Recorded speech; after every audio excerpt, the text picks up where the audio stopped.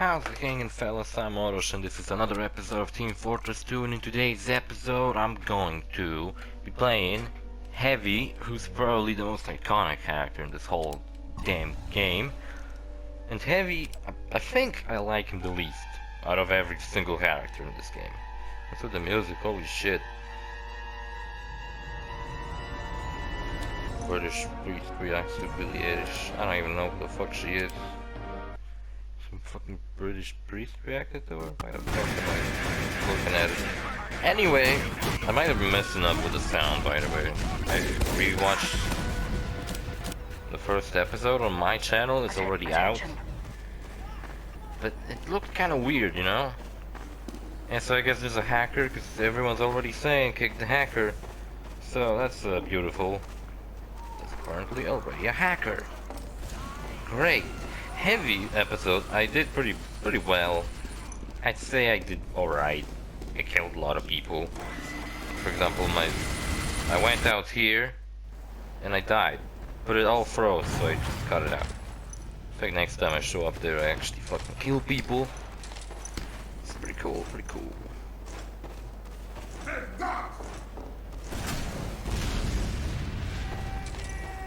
Anyway, was I gonna say something about Heavy? Heavy has a PhD in Russian literature, and according to the lore of this fucking game, which makes him more of an actual doctor than medic. Lost his medical license due to cutting people up and taking their skeletons, apparently. I killed someone? I killed Mr. Krabs, oh no. I never would have wanted to kill Mr. Krabs. I'm not even looking at the fucking game, maybe I should.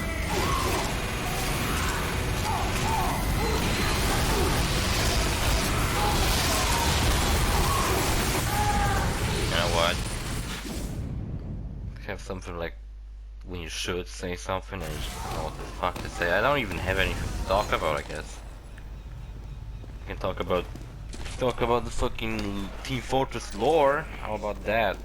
I'm gonna look up the lore. Maybe there's like a whole fucking TF2 lore. Just all of it.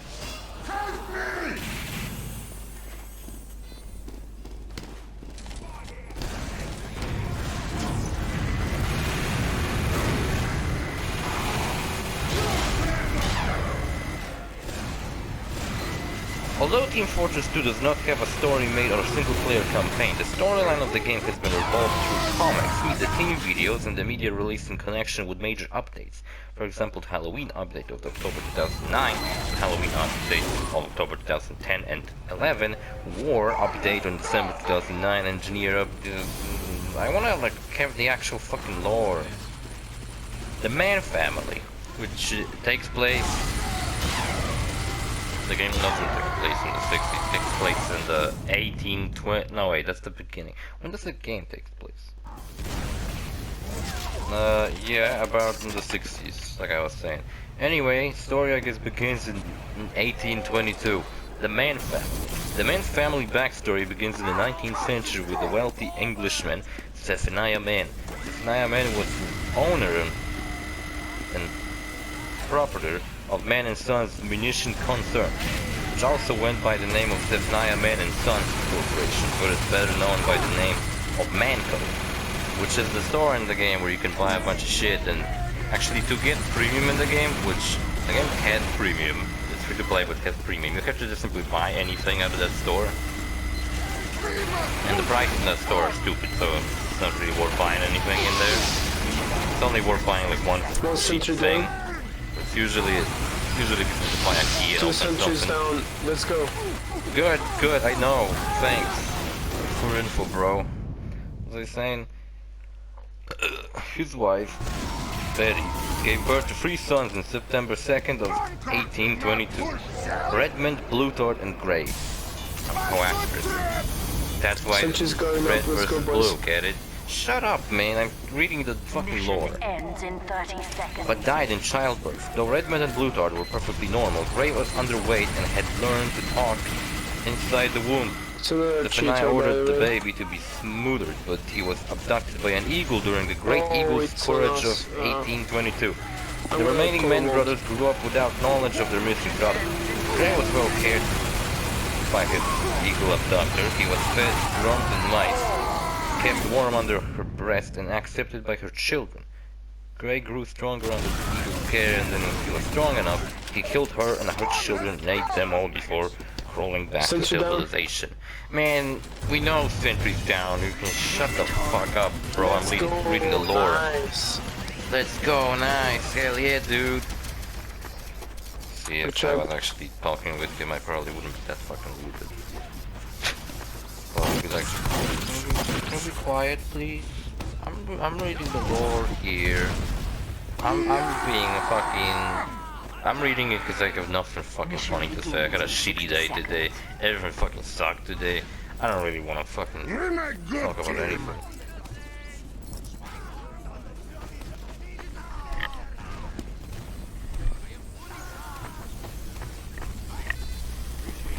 Checking if someone was at the door. Nobody at the door. Anyway, 1850, Zephaniah's will. Around 1850, Zephaniah bought a large amount of land on the United States by petition of Redmond and Bluthart to extend the munition business. When he and his sons arrived there, they discovered that the gravel pits and dust balls that he had purchased were useless. In addition, Zephaniah had contracted numerous illnesses due to the trip made across the world.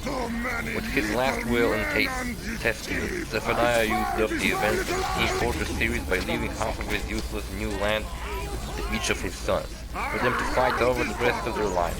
As a punishment for their behavior that must have made him lose a fortune and his life, Menko was given Barnabas Hale. Barnabas Hale. That's, I guess, Saxon Hale's grandpa? I don't know. Who was his former private detective and deputy. He also left Elizabeth the miracle gravel. Elizabeth must have been the announcer, the lady who tells you like 5 missions, 5 minutes left in the mission. Like that. I'm killing people. I don't know, I did alright in this episode. Killing people is heavy, ain't fucking skillful. Just shoot. That's why I don't like him. Zephaniah set up the university for the leaving half of his useless new land. He also left Elizabeth the miracle gravel cache that he discovered on a trip to Terra Australia. According to him, Gray had been him resurfaced the years before and wanted to blackmail him for it, so he entrusted Elizabeth with it to keep it secret and safe. Beginnings of Red and Blue comprised of Billy the Kid, who was a cowboy, and he was known for the fact that he used to rob like so many places one day that some people claimed that he was in a couple places at the same time.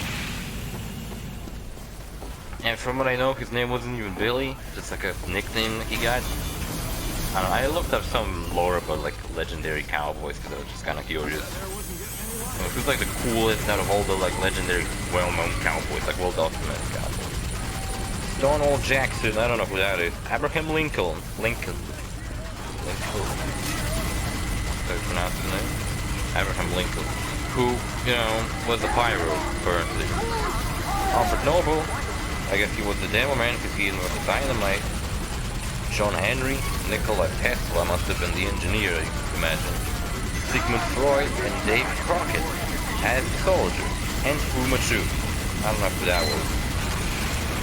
Luther had his crack mercenary teams there and was eager to claim his land. However, Redmond had assembled his own team of mercenaries and was making similar plans to gain control of his brother's land. Red and Blue team proceeded to enter into a massive stalemate as they attempted to destroy each other and take the land for the respective main sibling. It's kind of interesting that they were working for that so many famous figures were like the original mercenaries of Team Fortress 2, but the ones we play as are not famous or anything, they're kind of rejects. That's how they're described in some of the comics, they're just a bunch of rejects. Going paranoid because I keep checking if someone's at the fucking door. And I'm surprised that it's for like, that there's no...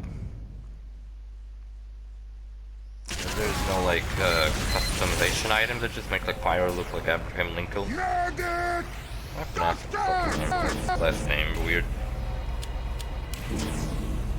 Regain Conager. Reagan Conager. I don't know, it's weird. 40 years later, Redmond and Bluthard were still engaged in their unwinnable war. As Bluthard neared death from old age, he called an expert craftsman named Radigan Conager to construct for him a machine that will allow him to live on, make him a monster, for artificially extending his life. Radigan agreed. Upon returning to his store that evening, Radigan found a stranger who had already made her way past his locked door. Knowing she couldn't convince Radigan to change his mind about building Butcher's life extender, this stranger asked Radigan to build Radmore the machine as well. As payment, she gave him 100 pounds of Australium, a powerful elemental found only in Australia, which could cause the nation of unintelligent savages to become extremely intelligent and develop such technology marvels as teleportation and cloaking techniques. Radigan agreed and became super intelligent to do Australia. He went on to develop life extender machines for Redmond and Bluthard, and at last one more for an unnamed party, which I imagine was great. 60 seconds. I'm going paranoid here. Anyway, so what we learned from this is I think Radamund must have been Engineer's grandfather or something.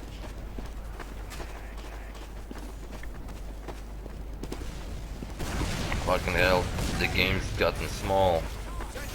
What's he talking about? Mission I don't begins know. in 30 seconds. Oh, someone covered me with milk. It's milk.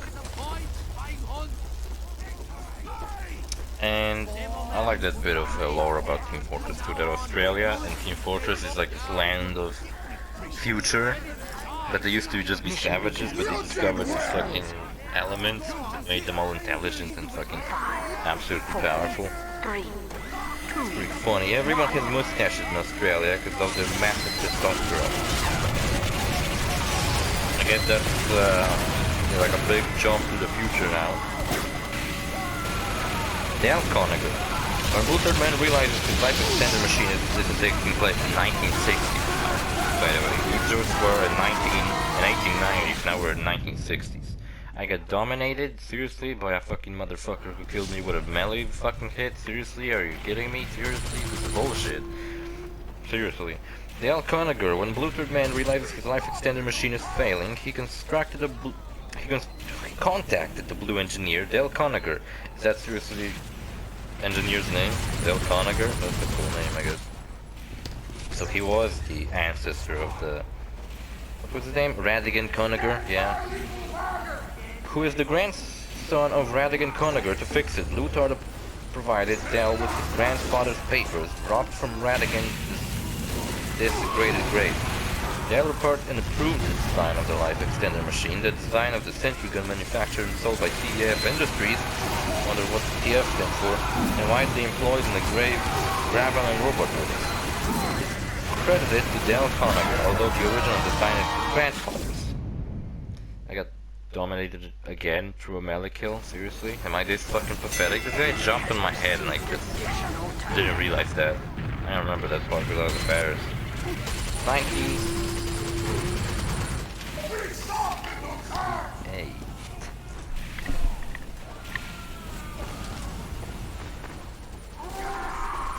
Oh, fucking Christ. 1960. Gravel War. This is the main setting for the in-game events of Team Fortress 2, so pay attention. During the summer of 1969, the summer of 68, 9 individuals, the scout, the soldier, fire demon, the heavy weapons guy, the engineer, the medic, the sniper, and the spy were recruited by reliable excavation and demolition Red and Builder League United Blue. Continue Redmond and Bluthard's never-ending war to see the land left to them by their deceased fathers. Helen, a possible descendant of Elizabeth, acts as the overseer in a large-scale battle found against these 9 mercenaries. The descendant of Barnabas Hale, Saxon Hale, runs to New renowned weapon and head of our business, Manco. Medic from the van back behind The spawn. story There's a of the spy administrator's scout on the shadowy spawn company, top. DF Industries. I didn't actually know about the whole DF Industries thing. That's kind of interesting. Got quiet. Up here though. For main article or the comic. When the red demon and a blue soldier meet and become friends in an explosive conversation, the administrator is severely angered as they made share information about their job and discover they're working for the same person. With a couple of second hails, she misleads both men into thinking the other is trying to kill them, sparking a bloody war. Which I think Soldier 1 leading to an update. Was an update. I think. I don't know what it depended on. I think it actually depended on how many people played the Soldier during a certain amount of time. And the more people getting killed by soldiers, the soldiers get an update because less people kill people as demo man. Kind of interesting. Anyway, Senate investigation. Dear Lord in Heaven, Senator Michigan Gray. That was the quote, by the way. In an attempt to rid themselves of weapons involved in a Senate investigation, Manco sent a monkey knot named Poopy Joe into space. This is actually the lore, I'm not making this shit up. Named Poopy Joe into space. The rocket is originally fueled with liquid Australia, with the entire National Reserve of the United States of Australia belonging committed to the project. Shortly before takeoff, Saxon Taylor placed the Australian with suspected two killers explosives. As a result, the rocket crashes, killing Poopy Joe, and Saxon successfully tries to cover up the events in subsequent Senate hearing. Moreover, after the crash, no trace of the supplied Australian was found. The Senate investigation is promptly closed as one of misdirected. Okay. Under questioning before the exclusive session states her actions and obligations regarding the Australian. I think it's makes it reducted. I don't know what that means, but it's the administrator. Manco Online. Later, Saxon Hale discovered the internet, which notably did not exist until 1969, years after, and unless it opened the online Manco store for players to purchase weapons and items. Yeah. They even explained that the in-game store, where you buy items online, isn't like, oh, I bought the hat online, but in-game my character went and bought it. No, it's all explained. This lore is brilliant. Can't make this shit up. We're not even halfway through, by the way. 1971, Gray Man, main article. Oh, by the way, there's a versus robots mode, which is like a horde defense mode in the game, and I played it with my friends quite a lot at some point, but never really beat it. I don't know if we beat it actually, but we never did really good. Oh, that's a big fucking paragraph, holy shit. Raymond, main article, Blood Brothers. Seeking to take control of reliable excavation and demolition and Builders League United, Raymond sent two tiered stained letters to each of his brothers in secret, hoping to get them to meet with each other. Raymond and Blueheart rented the Alamo and apparently transported it into New Mexico for the meeting. Guarded by a group of engineers under Redmond's employ, Blueheart proposed the idea of a truce and foolishly suggested the idea of pregnancy machine, stating that they can use it to one of them to produce a hair. Ignorant of the absurdity of the plan, Blueheart stated that because of the pointless fighting all their life, the men's family line would die out. Redmond agreed and the two shook hands, each thanking each other for sending the tear-stained letter to the other. After the two shook, Gray entered the Alamo, having killed Redmond engineers, leaving the three alone. He introduced himself as to the two as Gray Man, their brother, and explained that he sent the letters. Unfortunately, the two appeared to be suffering from some sort of cognitive disorder, and Blueheart and Redmond apparently forgot who Gray is just seconds after he introduced himself. It is noted that Gray appears to be wearing some sort of mechanical device in his spine, possibly of his construction. It is later revealed that this is an improved version of the life extender machine.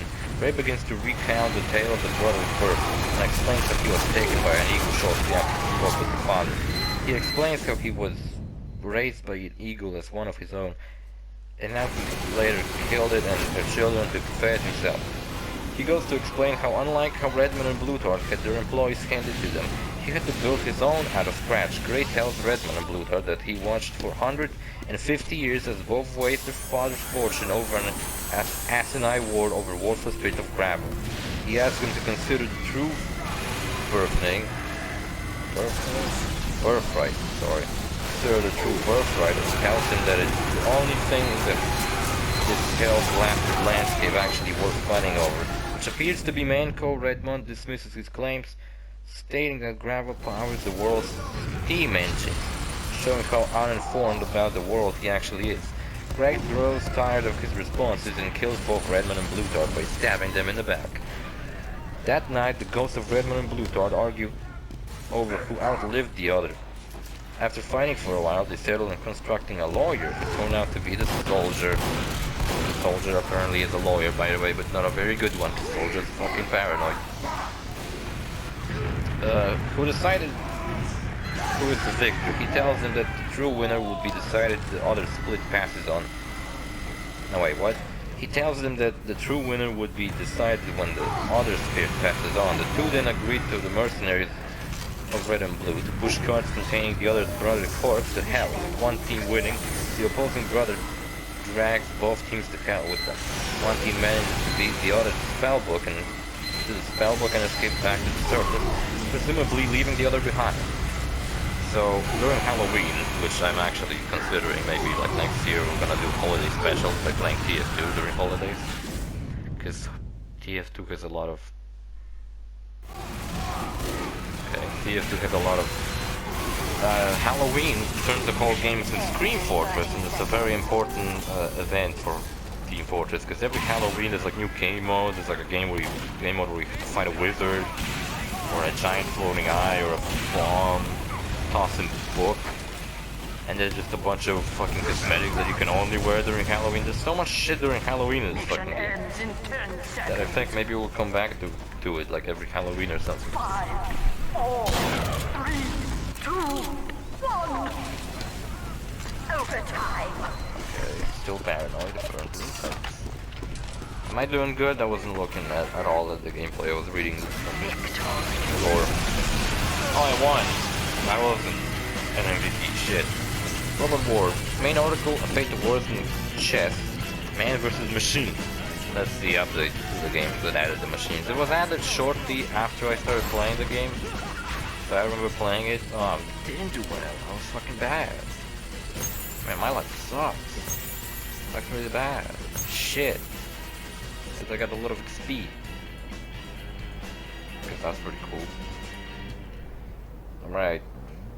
After years of sign and rumors, Gray makes his move against Manco, sending a massive robot army to attack all of the company's facilities 3 days after slaying his brother. Saxon Hale was too busy wrestling a Yeti to deal with the crisis himself, so he sent a video message to the remaining Red and Blue mercenaries, informing them that with Redmond and Bluetooth dead, the gravel war has finally ended and they no longer have jobs. When he... Oh yeah, that was a plotline. That was the plot of this, like, the coolest one of this fucking comics. Never mind. Gravel war has finally ended and they no longer have jobs. He then immediately rehired the team to defend Manco against the robots. Main article, Shadow Boxers. The robot war continues for about a year, with a cooperating mercenary successfully defending hundreds. You know, jumps and so I don't get killed. Okay. I pass out my head so I don't get shot. I don't know what he said, something about not getting shot. Cool. This fucking reading. The robot war continues for about a year, with the cooperating mercenaries successfully defending hundreds of Manco facilities in the Badlands and worldwide. Miss Pauling became the active leader of the mercenaries. Soldier emerged as an Build it. rest, quiet, Seriously, thanks. I've got like just about enough time to build. devising decreased facilities Just and barely worth it. infiltrating I'm blaming you Gray's for the island loss. base. Nothing. After continuous defeats, I had a Grayman quick fix develops for a you more intelligent mecha engineer, but nevertheless fails at the following it's not gonna assault be on built on Manco time. headquarters. This guy was saying shit, I don't know what he was talking about. During this game there was like really few people playing it for some reason. That's simple. And another thing that happened in this game, something weird happened in this game. I was like, There was a hacker, and the video kind of ends in the middle of nothing. Like I'm just running through the cars, and then the video just ends because I just lost the footage of it for some reason. I'm gonna say something. This is basically the same push the cart thing, except the cart's like way bigger, and you can stand on it, which is kind of cool. So that's what I did. I just stood on the cart. Drove my little train. Early 1972, takeover of Manco. After a mercenary successfully defended Manco against the robot attacks. Wary of another traceable stalemate, Gray decided to change his approach. He goes directly to Saxon Hale at Manco headquarters. Is he playing a fucking flute? I swear to God. Saxon Hale at Manco's headquarters and declares that the war is over. He gives up. But then he says that there is... But then he says he is there for the Manco challenge, offering a fight with Saxon Hale for the ownership of the company, a policy Saxon made himself. After Hale grabs and punches Gray with heat, Gray declares that he is not the one who will be fighting, but instead Gray's daughter named Olivia. An underage girl will fight Hale. Hale refuses to fight her, ultimately Gray and thinks Manco ownership to Gray. Gray produces to fire the mercenaries and the administrator orders Miss Pauling, her assistant, to hide. The mercenaries scatter, but Scout and Spy are arrested before they escape. The Fort. To Fort. Which I guess 2 Fort has been changed to an actual town called 2 Fort. Have some heroin. Alright, late 1972, assembled a team. Main article, Ring of Fire. 6 months after the loss of Manco, the Gray, Pauling received a message to assemble a team. The mercenaries have scattered. 3 mercenaries remain in the southwest. Soldier gives guidance towards the homes of the stars. Pyro is an engineering company CEO, and Demoman is a drunkard living with his mother. Sniper has gone bush in Australia. Heavy has returned to his family home in Siberia. Medic has some important position and is unreachable. The whereabouts of engineer Dell are unknown to the rest of the team. I actually didn't know engineers were named. Posing as a policeman, Miss Pauling first recovers Soldier, but not before setting Erasmus up to take the rap for Soldier's murder of Tom Jones. The Soldier murdered Tom Jones. Tom Jones being the singer who sang Sex Bomb. He's not only canon in this universe, but has been killed by Soldier. And they had to cover that up by making it so it seems like Erasmus is the one who killed them. Erasmus is the wizard who is voiced by Nolan North, actually, and he appears during the Halloween events. And he also was at some point a roommate with Soldier, which I'm not sure why he has not gone over that in the Halloween events. For example, the way Devilman lost his eye is actually because he went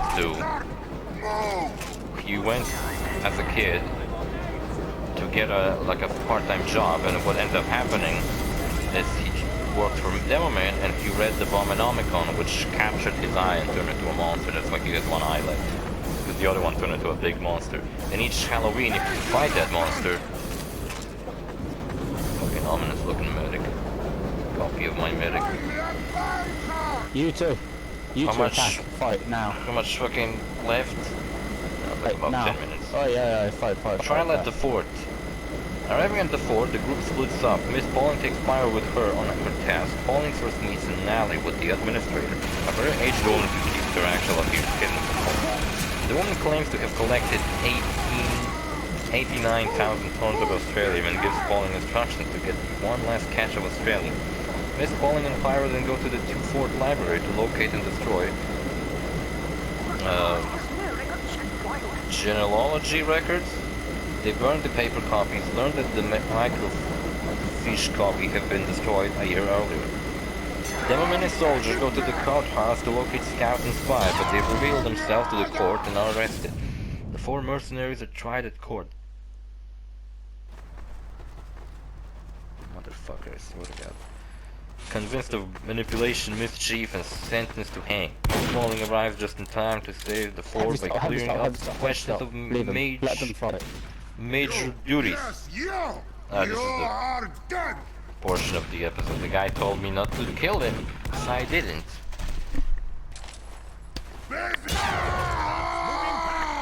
And this guy was just running around backstabbing everyone, and I just went along with it.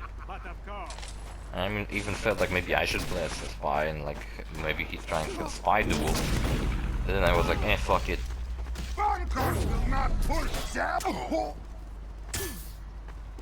He tried to stop me, but he failed. And then I thought maybe it would be funny if I just simply didn't use my minigun and I just ran around trying to punch people to death. It didn't work out all that well.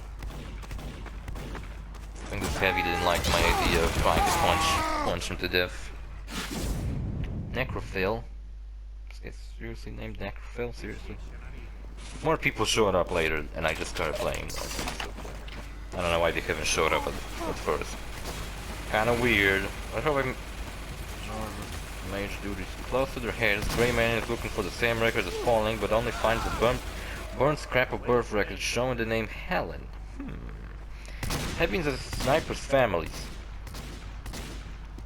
Sniper's family look kind of like the old couple from Courage the Cowardly Dog. Heavy and Sniper's family. So the director filmed interviews. The administrator learned details of Heavy and Sniper families. She located their families and had photographs taken and sent to Sniper and Heavy as threats against talking to anyone about their jobs. Heavy and Sniper vowed to kill whoever threatened their families after the loss of Manco. While most of the other mercenaries remained around the Badlands region, Sniper and Heavy left the country to join their families.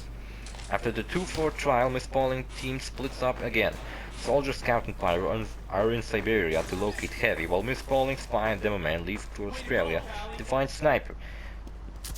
They learn what has happened to their respective families. Dead We're winger. girls who do not need bossy old Misha anymore. I guess Misha is actually Heavy's name, so the guy I'm playing as is actually named Misha.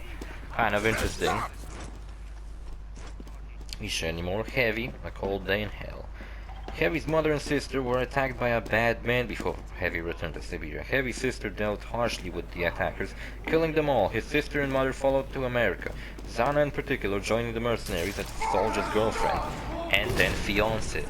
So Heavy, the guy I'm playing as, and Soldier, the guy we played as 2 episodes ago, are kind of brothers-in-law. Not yet, but maybe the Soldier Zana got married. If the comics continued, maybe they would get married and... Oh, by the way, spoiler, Spy is actually Scout's father, which isn't that what I told to you that he's his father, but pretty much... Oh, he had 2 health left, seriously? And, yeah. That's actually kind of... Sniper parents died near the time of the administrator vanished. The death was convenient. Since Sniper then discovered that he was adopted and so is willing to go to New Zealand with Miss Pauling to locate her birth parents, who just have to the Australian guy that Miss Pauling was sent to acquire. Explaining as well why Sniper doesn't look like most Australians. Oh, and a hacker, right? Looking some hackers. It's really gonna become paranoid. I keep fucking looking all around, hearing weird shit. I'll make invincible. Thanks, bro. You're the best.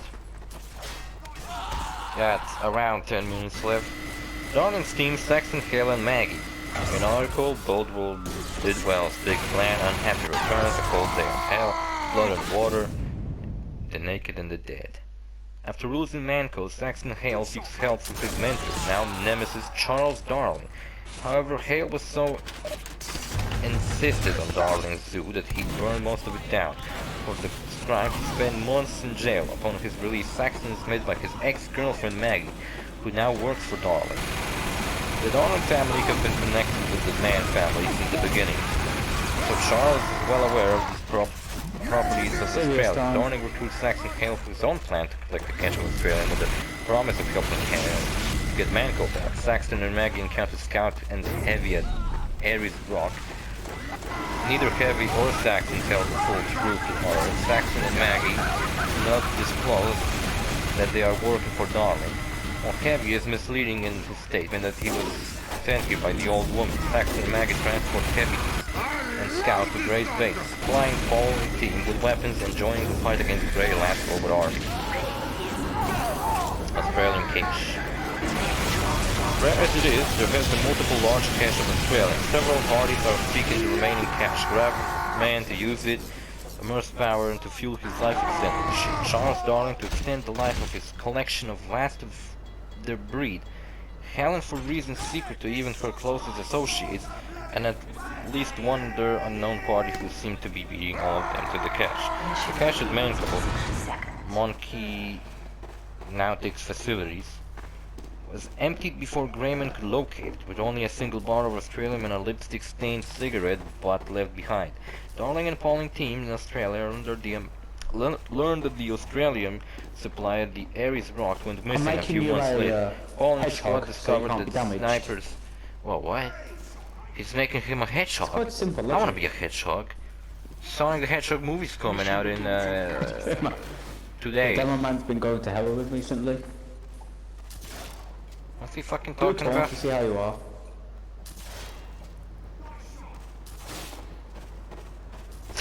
The fuck they're talking about? Missing for a few months later, Pauling's squad discovered the sniper father. Oh, man, come on, man. Let me go refill my out. Never mind. I'm doing the commentary. Shut the fuck up, mate. I don't even Don't have make an fucking Uber, come to prequel Alex. references. Bill Bale What's was behind you? wasted the entire New Zealand cache as paint of his failed spaceship. Sniper Vert mother Larna escaped on, with Sonic. the last spaceship, which has the last Australium in the cache. Apparently New Zealand is like an No, you lost. You're being underground used over here. You're Atlantis just kind of in the deal. air. You know This what? is Maybe India. I'll continue this story next episode, because this is... I'm still not even close to it. And as you can see, I'm getting close, and I don't want to kind of overshoot it and you keep reading and make the episode stupidly longer than it actually should have been. Also, I don't think I have time to record the next episode today, so I might actually make just one today. And I was gonna make... There was the new Borderlands show episode yesterday. They didn't told much, He but they killed me. told... They said something Revenge, man. interesting. There ain't gonna be something like with the Halloween update. Which had this whole mission added, the ghost enemies were added to the game. And I treated that as a Halloween special. The Matt Moxie DLC, I treated as a Christmas special, right? But what we're gonna do, I think, they said that the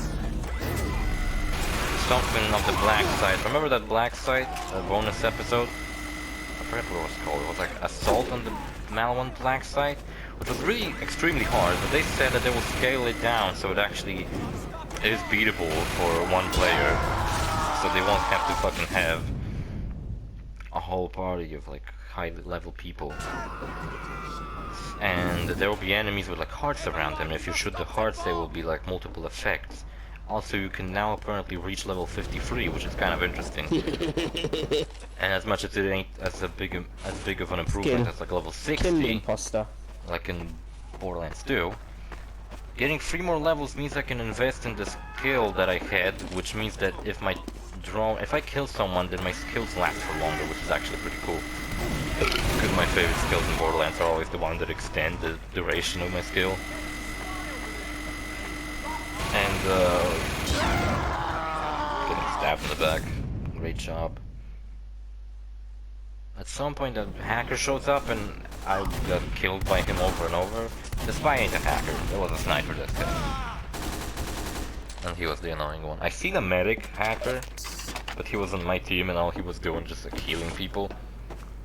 So I guess he wasn't that bad, but what if you would actually have a sword versus gay kunai? What if you had a fucking spy bot? Would he actually do good? Would he actually do anything that makes sense?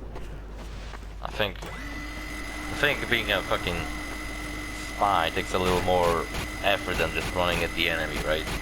Okay, Mitch, you are being a dickhead. Mitch Law being a dickhead. Thank God no one called me a dickhead. I don't know how I would feel with that. Live with that. Yeah, we're gonna continue this fucking Team Fortress 2 lore next episode, maybe. For now, I'm gonna wait till the end of this episode. I was talking about something and I forgot what it was. Ooh, shit. Dominated everyone, damn. didn't got to see the end of this. I actually didn't even finish it. I just got pissed off that the hacker keeps killing me over and over. And I just simply quit the game and ended the episode there. Episode was long anyway, so who cares? Good shot, mate. Oh yeah, I was talking about Borderlands. So, what I think we're gonna do on Valentine's Day, we're gonna do the fucking assassin of whatever, the black site thing, right? As a Valentine's special. What's gonna end up happening is we might actually beat it, since apparently it should be scaled down, and we're gonna have this Valentine effect going on with the enemies. And maybe, who knows, we'll level up a little bit and get to higher levels. Spindle was definitely fucking cheating. He even had that weird setup that every fucking hacking sniper had. Just like whatever sniper rifle. Kind of like a random fucking set of weapons and a hat. Which makes me curious, do they fucking hack hats in this game? I still can't trade, so I can't really get anything, but like I was saying, I have quite a lot of shit, so I could buy something cool, but I just don't have it. Also, the episode's about to end. It ends around here. So I'm gonna keep an eye out for that. 41, 40, 42 minutes long episode. I don't fucking think I have time to record as much today. Now Daiko, I don't know if he was cheating, because I remember him playing for a while with us. And he seemed like a normal player, not a cheater, so I'm gonna assume he wasn't cheating. But that other guy definitely was. Yeah, this is for some reason where the video ends. Ah, this guy's cheating too, definitely. Look at him. What is he even doing? Some sick dance moves. Then I think I got pissed off and left. See you fellas in the next episode. Bye.